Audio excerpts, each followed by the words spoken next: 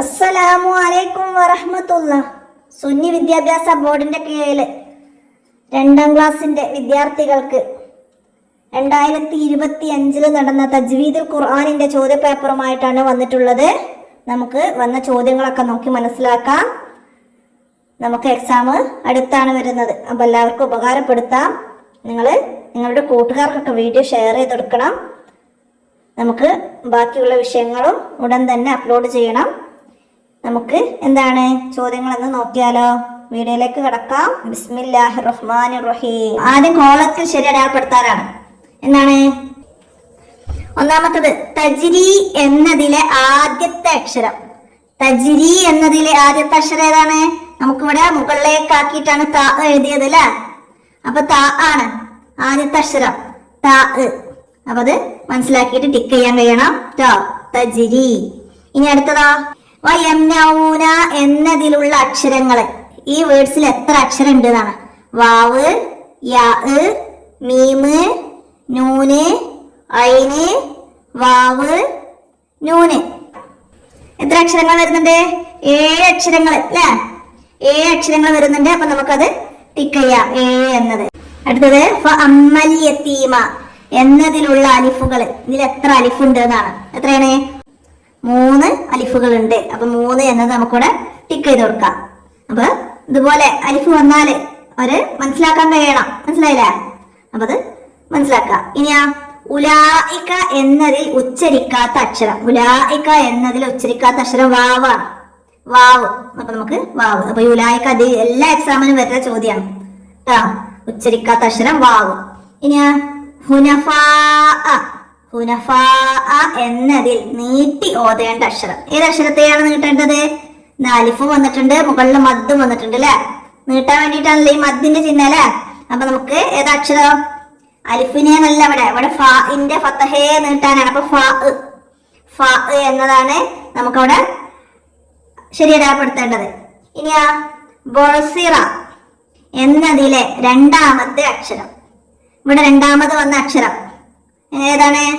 ഐനാണ്. ഐന്. മനസ്സിലായില്ല? അത് ചേർത്ത് എഴുതുന്ന ഐന് കുട്ടികൾ തിരിച്ചറിയാൻ കഴിയണം. പിന്നെ ഫ വരുമ്പോ 1 പുള്ളിയാണ്, കാഫ് വരുമ്പോ 2 പുള്ളിയാണ്. അതൊക്കെ കുട്ടികൾ മനസ്സിലാക്കണം. ഹ, ജീമ്, ഹ ഇതൊക്കെ വന്നാല് 2ാമത്തെ അക്ഷരം ഏത്, ആദ്യത്തെ അക്ഷരം ഏത് എന്നൊക്കെ ചോദിച്ചാല് അത് തിരിച്ചറിഞ്ഞ് ടിക്ക് ചെയ്യാൻ കഴിയണം.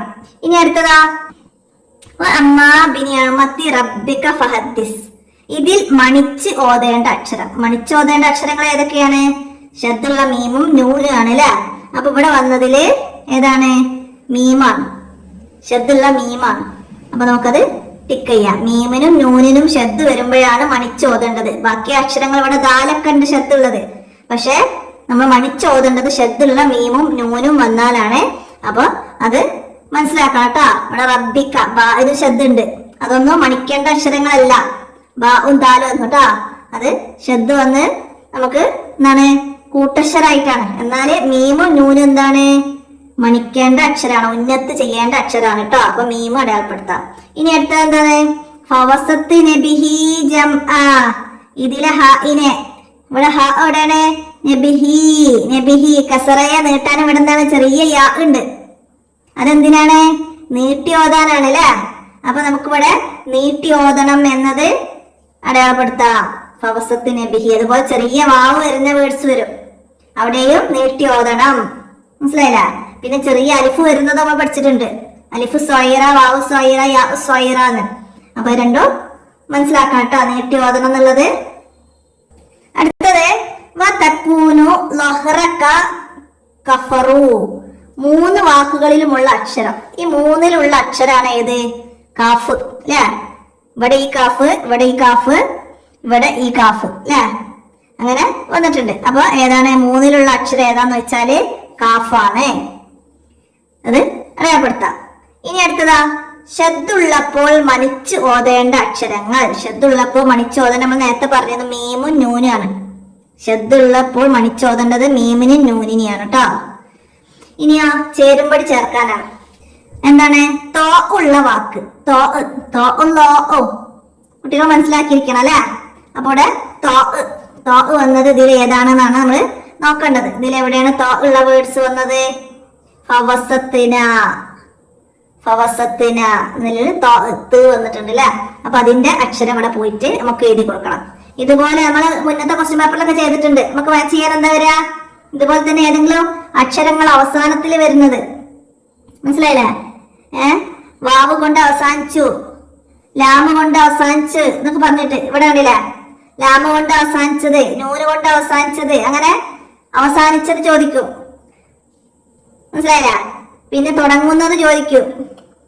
വാവ് കൊണ്ട്, ഇവിടെ താ കൊണ്ട് തുടങ്ങിയത്, യാ കൊണ്ട് തുടങ്ങിയത്, അങ്ങനെ കുട്ടികൾ അക്ഷരം തിരിച്ചറിഞ്ഞ് ശരി അടയാളപ്പെടുത്താൻ വേണ്ടിയിട്ടാണ്. അപ്പൊ അത് മനസ്സിലാക്കണം. ഇനിയാ സ്വാദ് ഉള്ള വാക്ക്, സ്വാദ് വന്നത്, സ്വാദും ലോദും മാറിപ്പോകരുത്.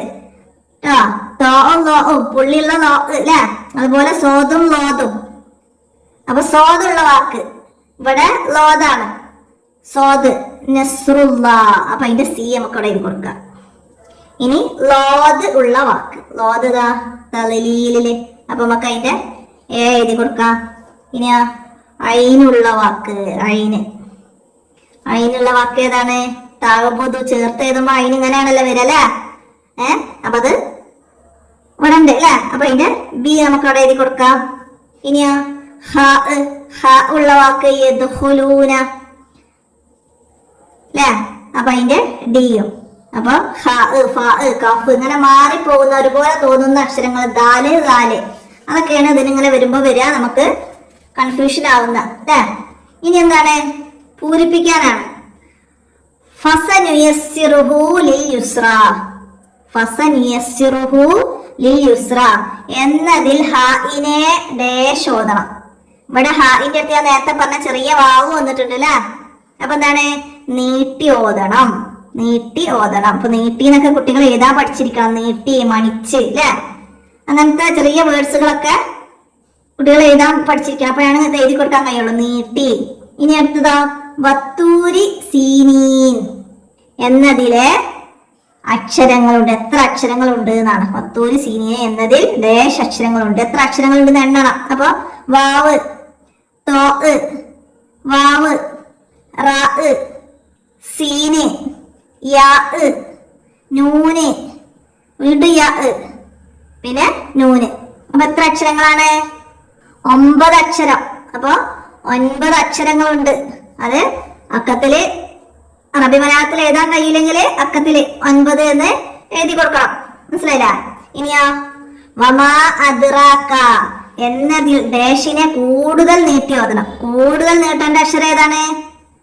വമാ അല്ലെ, മീമിനെ, മീമിനെന്ന് ഇവിടെ നമുക്ക് എഴുതി കൊടുക്കാം. വമാ എന്നതിൽ കൂടുതൽ നീട്ടേണ്ടത് മീമിനെയാണ്. റാ എന്നുള്ളതിന് നീട്ടിയാ മതി. കൂടുതൽ നീട്ടേണ്ടത് ഇവിടെ മദ് വന്ന മീമിനെയാണ്. റാ എന്നതിൽ അലിഫ് അല്ലെ, അലിഫ് സ്വൈറുണ്ട്. അപ്പൊ ഏതിനാണ് കൂടുതൽ നീട്ടിയെന്ന് വെച്ചാൽ മീമിനെയാണ് കേട്ടോ. ഇനിയാ ജഹന്നമ എന്നതിൽ ഡേഷിനെ മണിച്ച് ഓതണം. മണിച്ച് ഓതേണ്ടത് നമ്മൾ പറഞ്ഞില്ല, ശബ്ദുള്ള നൂന്. അപ്പൊ നൂനിനെയാണ് മണിച്ച് ഓതണം, നൂനിനെ. അടുത്തതാ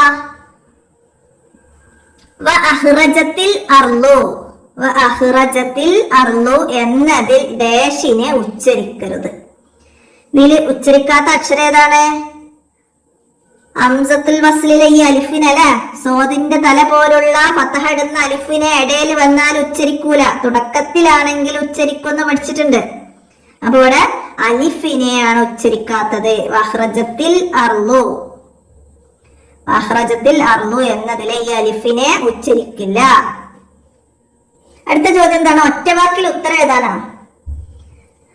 ലം യലിദ് വലം യൂലദ് ഇതിൽ എത്ര ലാമുണ്ട്?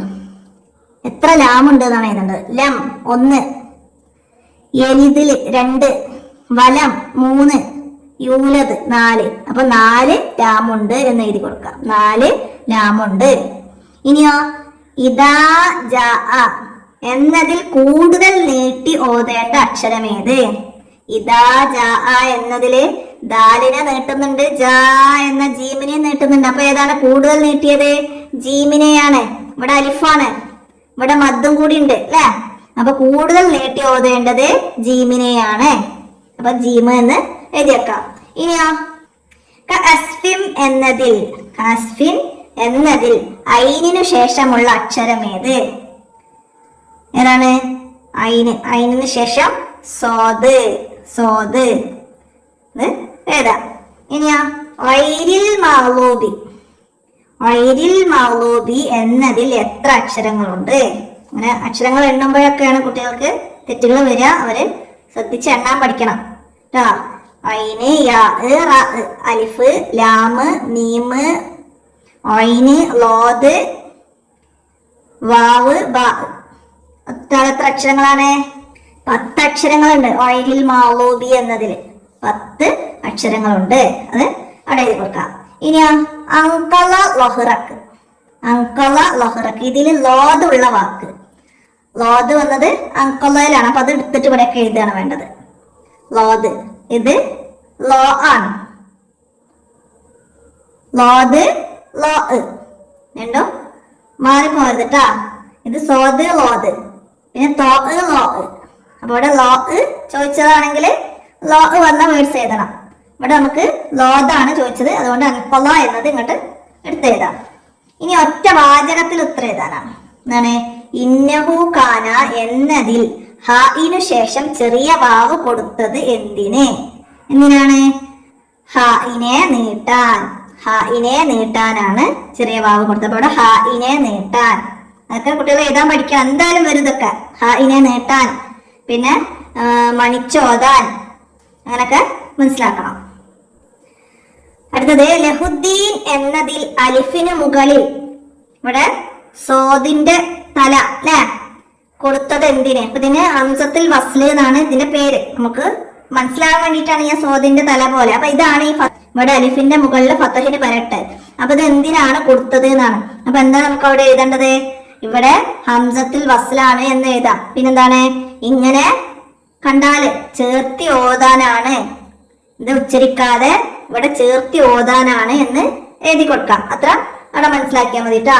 ഹംസത്തുൽ വസ്ല് എന്നാണ് ഇതിന് പേര്. അത് എഴുതിയാലും മതി.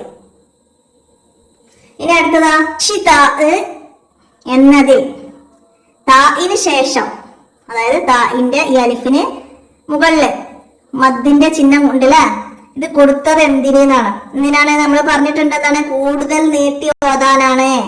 കൂടുതൽ നീട്ടാനാണ്. അപ്പൊ ഇവിടെ കൂടുതൽ നീട്ടണം. അപ്പൊ ഇത് എന്തിനാ കൊടുത്തതെന്ന് വെച്ചാൽ കൂടുതൽ നീട്ടാൻ. അത് എഴുതി കൊടുക്കണം കേട്ടോ. പിന്നെന്താണ്? സൂറത്തുൽ ഫാത്തിഹയിൽ നിന്ന് ഐനുള്ള 2 വാക്ക് എഴുതാൻ. സൂറത്തുൽ ഫാത്തിഹയിൽ നിന്ന് ഐനുള്ള 2 വാക്ക്.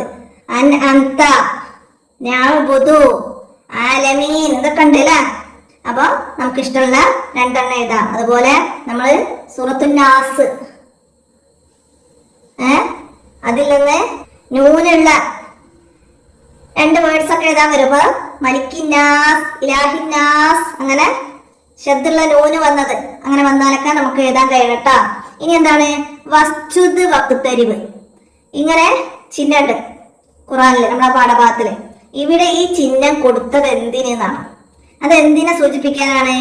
അവിടെ സുജൂദ് ചെയ്യാനുള്ളതാണ്. ഇവിടെ സുജൂദ് ചെയ്യണം, അതായത് തിലാവത്തിന്റെ സുജൂദുണ്ട്. എന്തെങ്കിലും എഴുതണം. ഒന്നെങ്കിൽ തിലാവത്തിന്റെ സുജൂദുണ്ട്, അല്ലെങ്കിൽ ഇവിടെ സുജൂദ് ചെയ്യാനാണ് എന്ന് മനസ്സിലാക്കാനാണ്. അപ്പൊ സുജൂദ് ചെയ്യണം, അല്ലെങ്കിൽ തിലാവത്തിന്റെ സുജൂദ്. അങ്ങനെ നിങ്ങൾക്ക് എഴുതി പഠിക്കാൻ കഴിയുന്ന രീതിയിൽ പഠിച്ചിട്ട് അവിടെ എന്തായാലും അത് വരികയാണെങ്കിൽ എഴുതാൻ കഴിയണം. ഇനി അടുത്തതാ വതകൂരുൽ ജിബാലു എന്നതിൽ നീട്ടി ഓതേണ്ട അക്ഷരങ്ങൾ എത്ര? വതകൂനുൽ ജിബാലു എന്നതിൽ എവിടെയൊക്കെയാണ് നീട്ടാന് മദ്ദക്ഷരങ്ങൾ വന്നത്? മദ്ദക്ഷരം വാവും യാവും അലിഫും ആണ്. അപ്പൊ ഇവിടെ കൂ എന്നുള്ളതില് വാവ് വന്നിട്ടുണ്ട്, പിന്നെ ബാ എന്നുള്ളതില് അലിഫും വന്നിട്ടുണ്ട്. നീട്ടി ഓതേണ്ട അക്ഷരങ്ങൾ എത്ര ഏതെല്ലാം എന്ന് വെച്ചാൽ 2 എണ്ണം. ഏതെല്ലാം എന്ന് വെച്ചാൽ കാഫും ബാവും. കാഫും ബാവും ആണ് നീട്ടി ഓതേണ്ട അക്ഷരങ്ങൾ. അത് എടുത്തെഴുതാം. അതുപോലെ വേറെ ആയത്ത് വന്നാൽ നമുക്ക് തെരഞ്ഞ് മനസ്സിലാക്കാൻ കഴിയണം കേട്ടോ. ഇനി അടുത്തതാ അജുറുൻ ഐറു മംനൂൻ എന്നതിൽ തൻവീനുള്ള അക്ഷരങ്ങൾ ഏതെല്ലാം?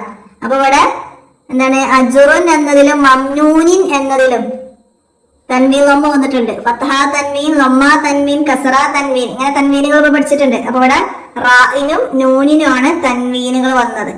മനസ്സിലായില്ല? അപ്പൊ ഇവിടെ റാ നൂന് എന്ന് നമുക്ക് എഴുതി കൊടുക്കാൻ കഴിയണം. ഇനി എന്താ ജന്നാത്തു അദിനിൻ തജിരി എന്നതിലുള്ള 10 അക്ഷരങ്ങൾ ക്രമത്തിൽ താഴെ ഈ ബോക്സ് ഒക്കെ എഴുതി കൊടുക്കണം. അപ്പൊ ഇവിടെ ജീമ്, നൂന്, നൂന്, നൂന് കഴിഞ്ഞാൽ പിന്നെ അവിടെ ചെറിയൊരു അലിഫ് ഉണ്ട് അല്ലെ. ചെറിയ അലിഫ്, ചെറിയ വാവ്, ചെറിയ യാ. ഇതിനെ എണ്ണുമ്പോ കൂട്ടൂല. അത് ജന്നാന്നുള്ള വലിയൊരു അലിഫാണെങ്കിൽ അതിന് നമ്മൾ എണ്ണണം. ചെറിയ അലിഫും വാവും യാവും ആണെങ്കിൽ എണ്ണാൻ പാടില്ല. അപ്പൊ ഇവിടേക്ക് എടുത്ത് എഴുതുമ്പോ അതിനെ എഴുതാനും പാടില്ല. അപ്പൊ ഇവിടെ ജീമ്, നൂന്, പിന്നെ താ ആണ് എഴുതി കൊടുക്കേണ്ടത്. പിന്നെ ഐന്, ദാല്, നൂന്, പിന്നെ താ, പിന്നെ ജീമ്, പിന്നെ റാ, പിന്നെ യാ. മനസ്സിലായില്ലേ? അങ്ങനെ എടുത്തെഴുതണം. അപ്പൊ ഇവിടെ മധ്യക്ഷരമായിട്ട് വലിയ യാ ആണ് വന്നത്, ചെറിയ യാ അല്ല.